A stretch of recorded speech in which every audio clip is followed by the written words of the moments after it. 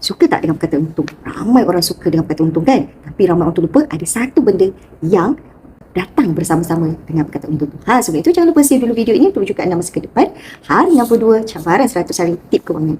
Okey, dalam dunia kewangan sebenarnya, makin tinggi keuntungan, semakin banyak potensi nak untung, sebenarnya semakin tinggi nilai risikonya.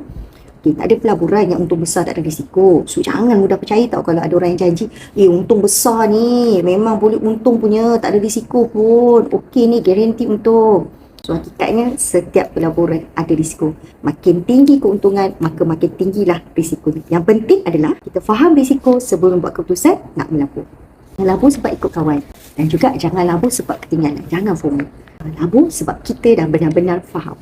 Lebih baik untung sikit tapi tenang daripada kita rasa macam untung besar tapi tak boleh tidur malam. Tapi terpulanglah. Sebab itulah namanya pelaburan. Ada orang suka ambil high risk, high return. Ada orang suka low return, so low risk lah.